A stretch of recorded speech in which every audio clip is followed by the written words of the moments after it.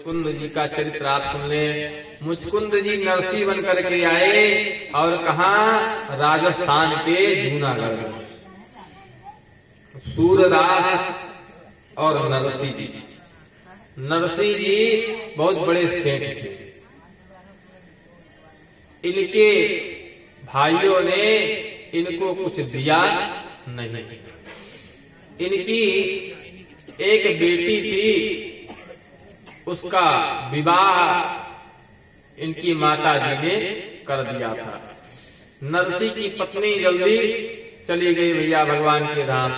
अब इनके भाइयों की कुदृष्टि पड़ी और नरसी को घर से निकाल दिया। बहुत बड़े सेठ धनवान थे, लेकिन नरसी जी को निकाल दिया। नरसी जी सामने बांके बिहारी का एक मंदिर, वहीं भजन करें और वहाँ 16 सूरदास साधु नरसी जी के साथ वही साधु रहे और ये लोग भजन करें। अब समय बीता, नरसी जी के पास कुछ था नहीं। नरसी जी भगवान का भजन करें, भगवान की कृपा हो, नरसी जी को जो कुछ मिले उसी से साधु संत का भंडारा करें। एक बार तो क्या हुआ कि कुछ महात्मा आए और कुछ बनिया लोग आए, व्यापारी, और कहा महाराज कोई ऐसा व्यक्ति बताओ जो मैं द्वारिका जा रहा हूँ। द्वारिका में जिसका लंबा चौड़ा कारोबार हो। तो पहले हुंडी लिखी जाती थी, मतलब पैसा यहाँ ले ले, पत्र लिख दे, वहां हम जाए तो पैसा खजाना हमको मिल जाए। सबने कहा भैया सबसे बड़े सेठ कौन है? यहाँ नरसी जी हैं। नरसी जी के पास फूटी कौड़ी नहीं। नरसी जी के पास भेज दिया। नरसी जी के पास आए और कहा महाराज आप तो हुंडी लिख दो। नरसी जी कहे भैया मेरे पास कुछ नहीं है। तो कहा कि अच्छा कह दो कि द्वारिका में तुम्हारा कोई नहीं है। अब कैसे कह दे, द्वारिका में तो कन्हैया है। कहा नहीं महाराज द्वारिका में तो है मेरा। कहा तब लिखो। नरसी जी मना किए लेकिन लोग माने नहीं, लिखा लिए। हुंडी लिखी, सांवलिया सरकार सेठ सावलिया सरकार के नाम से हुंडी लिख दी और सारा पैसा रख लिया। पैसा क्या, जो नरसी जी को मिले सब भंडारा करके समाप्त कर दे। भैया भंडारा या खूब चकाचक साधु को खिलाया बुला करके 2-4 दिन में पैसा समाप्त। और सेठ लोग वहां पहुंच गए। अब खोजे द्वारिका भर में कि सांवलिया सरकार सेठ कौन है भैया, कोई मिले ना। समुद्र किनारे पहुंच गए और लगे उल्टा पलटा कहने कि लूट लिया हमको, चोर है, डकैत है, धूर्त पाखंडी साधु है, भगवान से रहा नहीं गया। क्या रे, जब भगवान से रहा नहीं गया, भगवान जो है सेठ का रूप बनाए और पहुंच गए। कहा भैया कौन खोज रहा था सांवलिया सेठ को? मैं कहीं बाहर गया था, अभी अभी पता चला है कि कोई सांवलिया सेठ को खोजते हुए यहाँ आया है। बताओ क्या बात है? मैं ही हूँ। आप तो कहे हाँ महाराज, हाँ महाराज। सब व्यापारी दौड़ दौड़ करके आए। कहा ये हुंडी आपके नाम से आई है। अब हुंडी ली और कहा कि क्या क्या जितना पैसा लिखा था सब दे दिया और पत्र में लिखा कि महाराज जा करके सेठ जी से, मतलब साहूकार से हमारे कहना, हम उन्हीं के हैं कि तुम्हारा यहाँ सब कुछ है। पत्र भेजा लेकिन स्वयं नहीं आए। भगवान का पत्र लेकर के वे लोग आए। व्यापारी दरवाजे पहुंचे। भैया हल्ला हो गया कि व्यापारी लौट कर आ रहे हैं। सब मजा लेने लगे कि अब जो है नरसी का पता चलेगा। नरसी जी घुस गए भैया झोपड़ी में, बाहर निकले नहीं। साधु को व्यापारी लोग बुलावे, अरे महाराज बाहर निकलो। कहे अरे नहीं महाराज बाहर कैसे निकले? कहे नहीं आपने बड़ा अच्छा काम किया है। नरसी जी कहे हम पहले ही भैया मना कर रहे थे, हम कह रहे थे कि हमारा कोई धन दौलत वहाँ नहीं है। कहे अरे मेरा बड़ा सत्कार हुआ, आप बाहर तो आइए, लीजिए आपके लिए चिट्ठी भी लाए हैं। तब धीरे से मूड़ी नीचे करके आए नरसी जी और कहा महाराज पत्रिका सुनाई गई। रोने लगे नरसी जी, समझ गए मेरा कन्हैया मिल गया। कन्हैया ने क्या पत्र भेजा है। और हुआ क्या महाराज कि अब नरसिंह जी जो है, आज नरसिंह जी की बेटी रामा और रामा की एक बिटिया है, उसकी शादी होने वाली है। रामा की बिटिया बड़ी हो गई, शादी होने वाली है, तो शादी में भाग जाता था पहले घर से। इसके सास ससुर बड़े कठोर, लिखा कि तुम्हारे मायके से भात आएगा, लिखा गया भैया खूब लंबा चौड़ा खर्रा, 1 बोरा काजू, 2 बोरा बादाम, 4 बोरा छुआरा, थान के थान कपड़ा, रेशमी कपड़ा। वो रामा कहे कि मेरे पिताजी के पास कुछ है नहीं। रामा ने सुना था कि मेरे पिताजी अब धनी नहीं रहे। रामा रोती रहे कि जो है कोई रोको, पत्र मत भेजो, नहीं पिताजी मेरे छोड़ करके दुनिया चले जाएंगे। तो सोचेंगे कि रामा को तो पता था मेरे पास धन संपत्ति नहीं है, उसके घर वाले नहीं समझते थे, लेकिन पहले भैया कुछ लाज लज्जा होती थी, बहुरिया सामने निकलकर नहीं आती थी। रोते रोते पति को बुलाया, पति के चरणों में लौट गई रामा कि मैं इस घर में नौकरानी बनकर रह लूंगी, मैं सारी सेवा कर लूंगी, दासी बनकर रह लूंगी, लेकिन ये पत्र मेरे पिताजी के यहाँ मत भेजो। पति ने समझाया, पिताजी बड़े क्रोधित हैं, पत्र तो भेजेंगे। रामा बेहोश हो गई रोते रोते। पत्र लिखा गया, सास ने लिखाया, सब कुछ लिखाने के बाद लिखाया 2 पत्थर बड़े बड़े हैं। अब जो है पत्र भेजा गया, पत्र पहुंचा नरसिंह के पास, लेकर के मुनीम आया। खोजते खोजते कोई नरसिंह का नाम पूछे, कोई बताने वाला नहीं। भैया बड़े लोग का नाम सब जानते हैं, छोटा मोटा गरीब व्यक्ति उसका नाम कोई नहीं लेना चाहता, कोई बतावे नहीं। भगवान प्रकट हो गए। भगवान ने कहा, अरे किसको खोज रहे हो? कहा नरसिंह कहा, नरसिंह का महल कहाँ है? कहा भैया वो सामने मंदिर दिख रहा है, उसकी झोपड़ी में रहते हैं नरसिंह जी, वहीं जाओ। भगवान ने बताया, नरसिंह जी के पास पत्र पहुंचा मुनीम लेकर के। पत्र दिया, पत्र ठाकुर जी के चरणों में चढ़ा दिया। एकादशी का दिन था। कहा महाराज कुछ आप व्रत हैं? मुनीम ने भी सोचा क्या खिलाएंगे। कहा महाराज कोई बात नहीं, व्रत हो या ना हो तुम खिलाओगे ही क्या। लेकिन नरसिंह जी पहली बार आज गए भीख मांगे। भीख मांग करके क्या लाया? साग लाया, और एक दूसरे के यहाँ उसको कहा कि भैया इसको उबाल दो, आज मेरे घर मेहमान आए हैं, उनको खिलाने के लिए आज जो है एकादशी का व्रत है। भगवान ने देखा कि आज हमारे भक्त के घर कोई मेहमान आया है पहली बार। भगवान ने लक्ष्मी जी से कहा, देवी थाल सजाओ। लक्ष्मी जी थाल सजाई। 56 भोग का थाल कांचन की थाली में, सोने की थाली में लेकर के भगवान मुनीम का वेश बना करके प्रकट हो गए प्यारे। भगवान प्रकट हुए और कहा कि आप आए इतना दूर से, ये लीजिए आप भोजन कीजिए। भगवान स्वयं आज उस नाई का बैठ करके पंखा कर रहे हैं, जो नाई संदेशा लेकर के आया था, उसको भोजन करा रहे हैं। नाई खाया खूब बढ़िया 56 भोग। आज तक ऐसी सेवा कहीं हुई नहीं थी महाराज। लक्ष्मी जी के हाथ का स्वादिष्ट भोजन खा के तृप्त हुआ।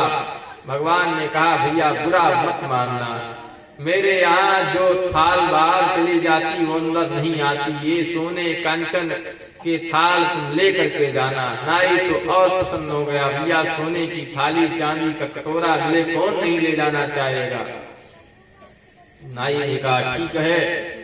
भगवान चले गए, नाई सो गया। तब तक नरसिंह जी आए साग लेकर के।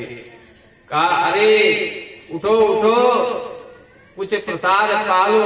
भगवान का भोग लगाया, प्रसाद पाने के लिए बुलाया। कहा महाराज मेरे भूख नहीं है। कहा नहीं कुछ तो खा लो, मैं जानता हूँ मेरे पास ज्यादा कुछ तो नहीं है, लेकिन जो भी है ठाकुर जी का प्रसाद है खा लो।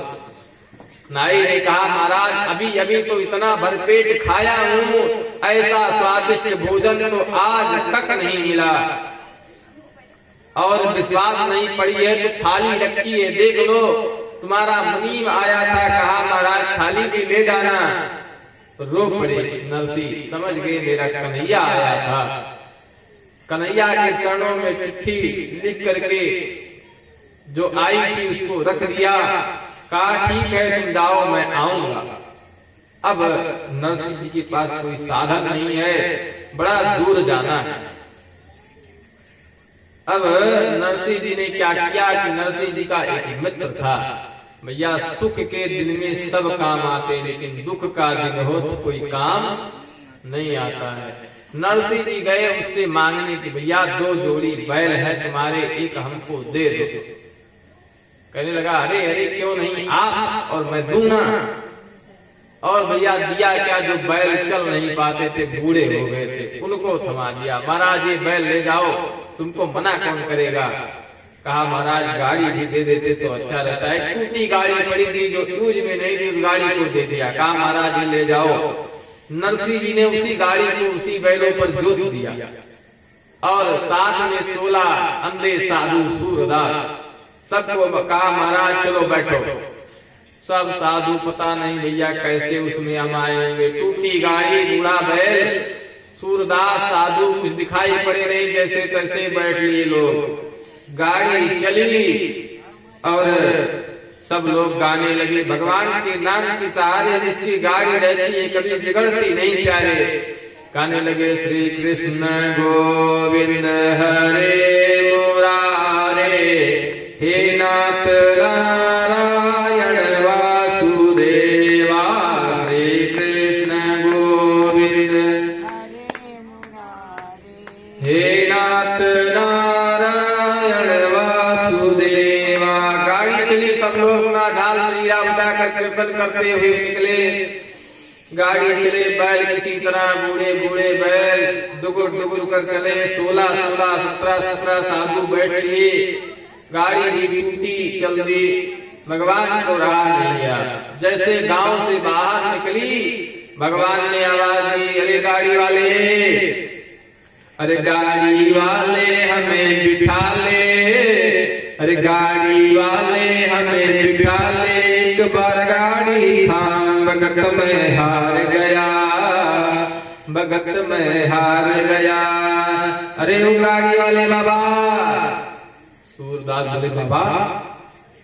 कहा क्या है? अरे बाबा कोई आवाज दे रहा है। अब नरसिंह जी आंख खोल करके देखे, कन्हैया जी एक बड़ी का रूप बना करके आ गए सामने से। कहा भैया कौन हो? कहा मेरा नाम तो मेरा कृष्णा है और मुझे भी इसी रास्ते जाना है, मुझे भी बिठा लो। गाड़ी नरसिंह जी की वही और टूट गई थी भैया, चल नहीं पा रही थी। नरसिंह जी ने कहा भैया मेरी टूटी गाड़ी और बूढ़े बैल, कोई बात नहीं, कोई कमी नहीं है, तुम भी आकर बैठ जाओ। लेकिन है समस्या ये है, ये मत कहना मुझे जल्दी जाना है, क्योंकि मेरे बूढ़े बैल और टूटी गाड़ी किसी तरह चल रही है भगवान के भरोसे। जल्दी हो तो मत कहना भैया।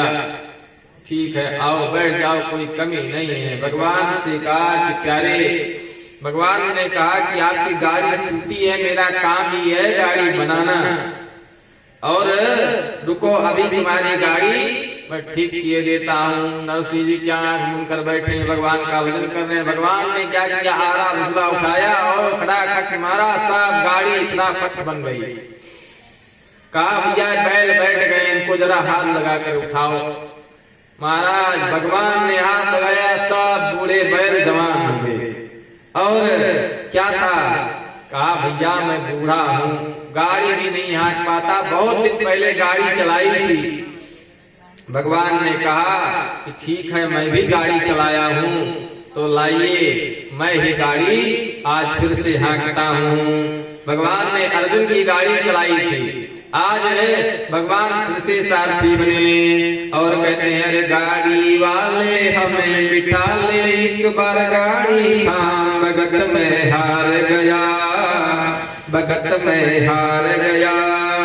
और गाड़ी तेरी ठीक करूंगा, ये मैंने मन ठान भगवान कहते हैं अरे भैया मैं गाड़ी तुम्हारी ठीक करूंगा। नरसिंह जी कहते हैं गाड़ी मेरी पुरानी है, भगवान ठीक कर दे गाड़ी। और कृष्ण से जब पूछते हैं कि भैया तुम कौन हो, तो कहते हैं अरे खाकी मेरी जाति भगत जी कृष्णा मेरा नाम भगत में हार गया, भगत में हार गया।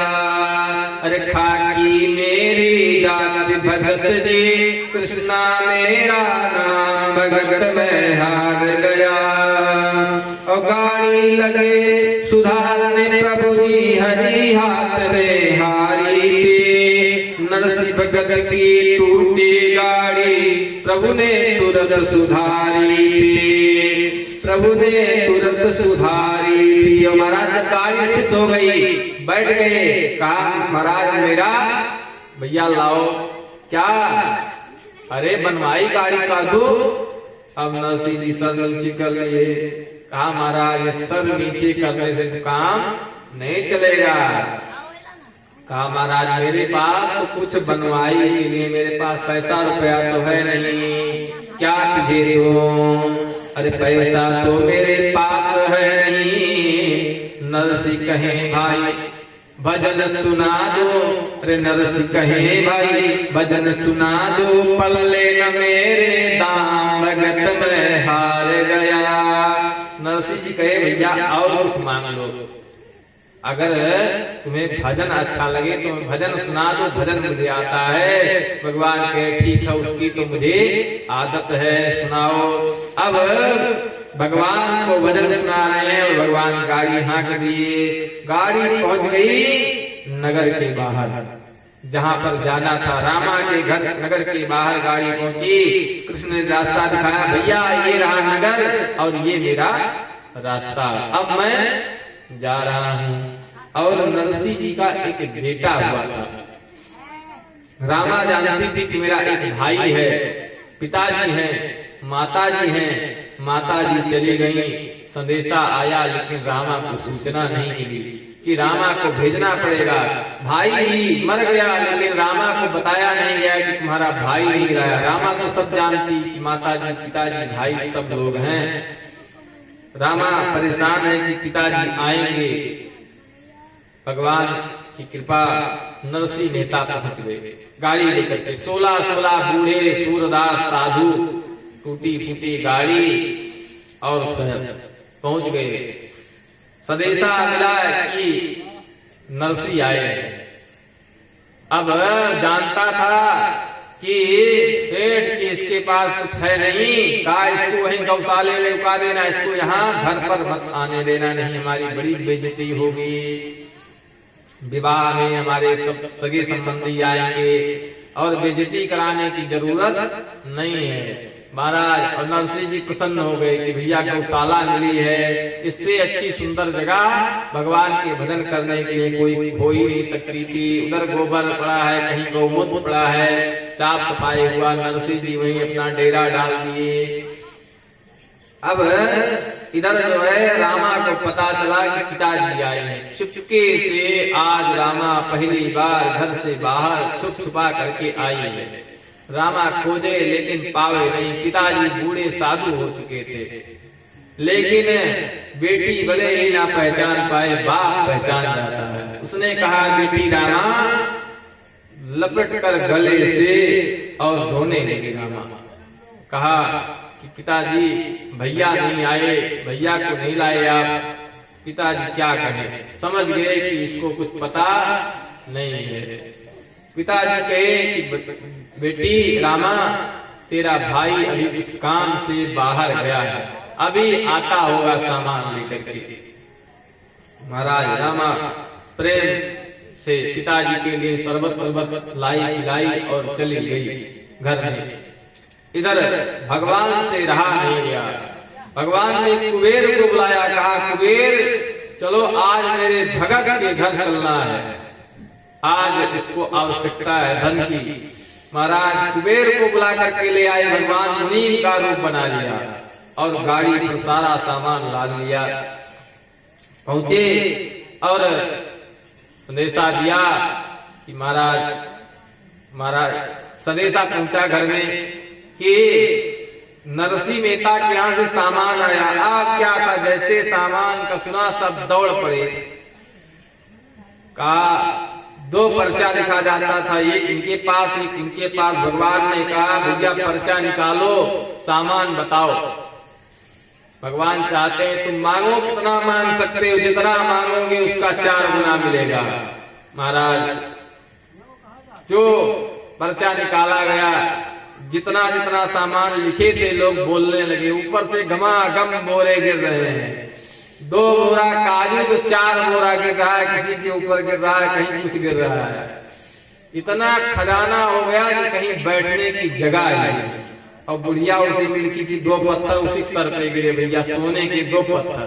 बुढ़िया ने कही भैया हमारी बुद्धि भ्रष्ट थी, पत्थरे ले दिए होते कुल तो कम से कम महल को सोने का हो जाता। बहन दौड़ करके आई कि भैया कहाँ है, भैया नहीं दिखाई दे रहा है। कन्हैया ने इशारा किया, कह यही भैया है तेरा। अब क्या था, सूरदास सब और नरसिंह जी, भगवान जो कहें सब नरसिंह जी को कहना। भगवान ने कहा कि कोई नाटक चलेगा नहीं यहाँ, जो मैं कहूँ सब मानना पड़ेगा। और नरसिंह जी ने कहा अरे बहन अपनी भैया को नहीं पहचाना, तुम्हारे सामने ही तो खड़ा है। अब लिपट करके और रोने लगी। रामा इतना बड़ा भैया हो गया, पहली बार देख रही हूँ। भगवान ने भी रामा को बहुत समझाया, लेकिन जब रामा रोना बंद नहीं की, भगवान ने धीरे से अपना पीताम्बर अंदर से निकाला और आंसू पोंछने लगे। उसी में कुछ गोपियां खड़ी थीं, उन्होंने पहचान लिया ये और नहीं कोई कन्हैया ही है। धीरे से कान में बताया अरे कन्हैया है, कन्हैया जो इससे मांगना हो मांग ले। क्या था प्यारे, भगवान ने इतना प्रेम लुटाया, इतना प्रेम लुटाया अपने भगत के लिए, क्या पूछना है। तो जो भगवान के ऊपर आश्रित हो जाए वो भगवान से कभी दूर होते ही नहीं है। अब इस प्रकार जो है मुचकुंद जी का चरित्र आपने सुना। आगे अब भगवान की विवाह की तरफ हम लोग बढ़े। जब जरासंध इस बार युद्ध में विजय प्राप्त किया, भगवान पहाड़ पर चढ़ गए, पहाड़ को घेर करके चारों तरफ आग लगा दिया। भगवान उधर से समुद्र में कूद गए और पहुंचे मथुरा। आदेश दिया विश्वकर्मा को, समुद्र के अंदर एक नई पुरी बसाई गई जिसका नाम हुआ द्वारिका। बोलिए द्वारिकाधीश भगवान की। अब उस द्वारिकापुरी में भगवान ने रातों रात जितने मथुरावासी थे सबको पहुंचा दिया। सारा सामान के साथ सब मथुरावासी द्वारिका में, आंख खोले तो द्वारिका में पहुंच गए। और ऐसा दिव्य सोने का महल जहां अनेक प्रकार की मुक्ता मणि कंचन से सजा हुआ था, सब देखे आश्चर्यचकित। और सब लोग पूछने लगे कि द्वार कहाँ है, द्वार कहाँ है, जिससे उसका पुरी का नाम ही हो गया द्वारिका।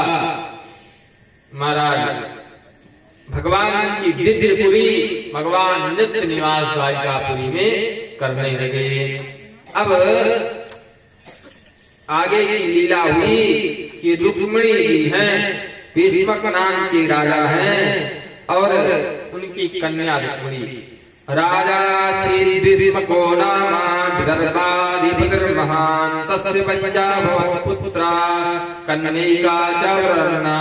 महाराष्ट्र में ही एक प्रदेश है जिसका नाम विदर्भ है। वहाँ के राजा भीष्मक, उनके 5 पुत्र और एक कन्या जिसका नाम रुक्मिणी है। जब छोटी रुक्मिणी थी तो भगवान कृष्ण पढ़ने जब गुरुकुल गए थे तभी से उनकी चर्चा साधु संत आते तो सुनाते। रुक्मिणी को भगवान से प्रेम हो गया और रुक्मिणी ने मन ही मन में यह ठान लिया कि मैं विवाह करूंगी तो भगवान कृष्ण से ही करूंगी। रुक्मिणी का विवाह इधर भीष्मक का पुत्र रुक्मी है। रुक्मी ने अपने मित्र शिशुपाल से तय कर दिया। और हुआ क्या कि महाराज जब रुक्मिणी ने सुना कि मेरा विवाह भैया ने अलग तय कर दिया, तो भाभी को बुलाया। भाभी से कहा, भाभी जी मैं तो पति अपना कृष्ण को मानती हूँ और भैया मेरा विवाह कहीं अलग कराना चाहते, आप ही कोई उपाय बताओ।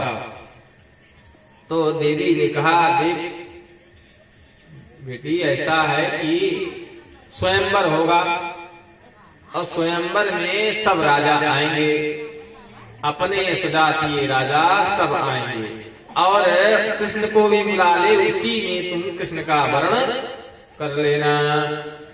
देखिए कहते हैं जाति और कुल जितना बना है उसमें अपने अपने कुल की मान मर्यादा होती है, तो अपने कुल को छोड़कर इधर उधर नहीं जाना चाहिए।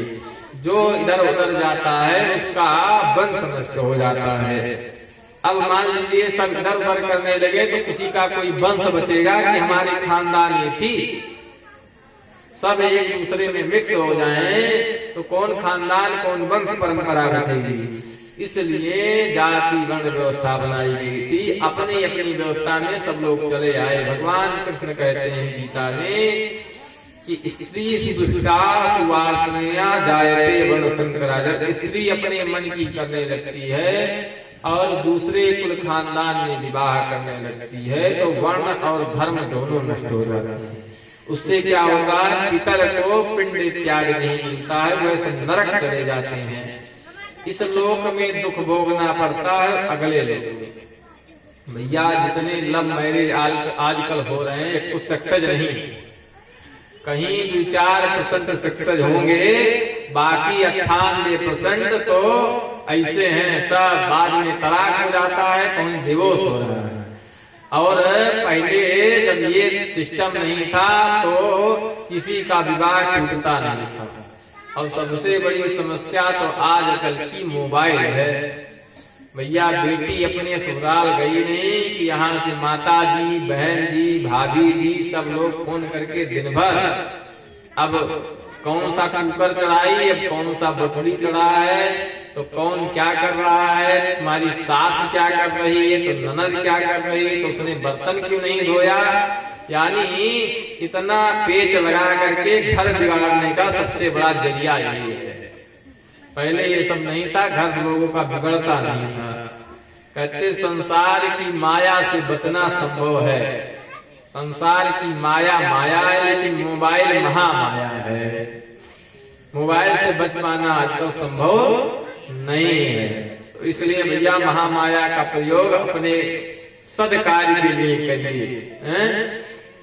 माताओं को भी चाहिए कि बिटिया चली जाए तो बहुत उसके घर के बारे में हस्तक्षेप ना करें। अगर पहले क्या होता था कि बेटियों को कोई कष्ट होता तो तुमने मायके बताती नहीं थी कि झगड़ा होगा, और झगड़ा होगा तो भैया घर किसका बर्बाद होगा, आपकी बेटी का बर्बाद होगा। इसलिए छोटी छोटी बातों पर झगड़ा नहीं किया करते। छोटा मोटा हो गया 2-4 दिन बाद फिर माहौल शांत हो जाता है। अब रुक्मिणी को समझाया कि तुम पत्र लिख करके कृष्ण को भेज दो, और कृष्ण को पत्र रुक्मिणी जी लिखती हैं क्या, श्रुत्वा गुणान् भुवन सुंदर संवतान्ते निर्वेश्य कर्ण विपरैर्हरतोऽङ्गतापम् रूपं दृशान्दृशिकरामखिलाकलाभम् पत्र में। हे प्रभु हमने आपके गुण को सुना है, कभी रुक्मिणी जी भगवान को देखी नहीं है, लेकिन भगवान के गुण को सुन करके इतने सुंदर गुण को उनका वर्णन करती हैं कि आपके रूप आपके गुण का हमने श्रवण किया है कथाओं में। तो हे प्रभु मैं आपको ही अपना पति मान चुकी हूँ। अब यदि आप चाहते हैं कि रुक्मिणी इस संसार में रहे तो आपकी पत्नी बनकर के रहेगी, वरना कल यदि आप नहीं आए तो रुक्मिणी अपने प्राण त्याग देगी। पत्र लिख करके एक ब्राह्मण देवता को बुलाया और पत्र दिया, दक्षिणा दिया, कहा महाराज आप मेरा पत्र पहुंचा दीजिए भगवान के पास तक। अब पत्र लेकर के भगवान का वो महात्मा चल दिए, भगवान का नाम स्मरण करते हुए पहुंचे। रात्रि का समय था, भगवान के द्वार में द्वारिका में किसी भी प्रकार का महात्माओं के आने जाने पर कोई रोक नहीं था। सीधे महात्मा भगवान के महल में पहुंच गए और कहा प्रभु ये लीजिए आपका पत्र है। भगवान ने कहा भैया तुम ही बात कर सुना दो। महात्मा ने कहा भैया ये प्रेम पत्र है आपका, इसको सब लोग नहीं पढ़ते, इसको जिसके लिए लिखा जाता है वही पढ़ता है। भगवान ने कहा भैया हमारा चाहे प्रेम पत्र हो चाहे जो हमारा किसी से कोई छुपा नहीं, आप पढ़ो सब सुनेगा। और पत्र पढ़ा गया कि प्रभु मैं आपको वरण कर चुकी हूँ, मैं आपकी पत्नी बनना चाहती हूँ, आप हमसे आकर के विवाह करें। हुआ क्या महाराज, भगवान से कहा महाराज पत्र पढ़ लिए मैं जाऊं। भगवान ने कहा आप जाओ नहीं मैं भी चल रहा हूँ। आगे आगे महात्मा और पीछे भगवान अपना रथ उठा लिए। बलराम जी यहीं रह गए, भगवान अकेले चल दिए। इधर रुक्मिणी जी का क्या हो रहा था, रुक्मिणी जी सजाई जा रही थी, विवाह होना भैया तो सजाया जाएगा ही। तो कहती आओ मेरी सखियां मुझे मेहंदी लगा दो, अरे मेहंदी लगा दो मुझे सुंदर सजा दो, मुझे श्याम सुंदर की दुल्हन बना दो, मुझे श्याम सुंदर की दुल्हन बना दो। आओ मेरी सखियां मुझे मेहंदी लगा दो, अरे मेहंदी लगा दो मुझे ऐसी सजा दो, मुझे श्याम सुंदर की दुल्हन बना दो, मुझे श्याम सुंदर की दुल्हन बना दो। प्यारे श्रृंगार होने लगा और कहती हैं कि क्या हुआ कि सत्संग में मेरी बात चलाई, सतगुरु ने मेरे कीनी सगाई, अरे उनको बुला के हथ लेवा करा दो, मुझे श्याम सुंदर की दुल्हन बना दो, मुझे श्याम सुंदर की दुल्हन बना दो। श्याम सुंदर को पाना है प्यारे तो क्या होगा, सतगुरु के शरण में जाना होगा। जब गुरु के शरण में जाएंगे, सत्संग के माध्यम से आपकी आवाज भगवान तक पहुंचेगी तो भगवान आपको वरण कर लेंगे। और प्यारे हम बार बार कहते हैं भगवान कौन है, सबके प्राणपति।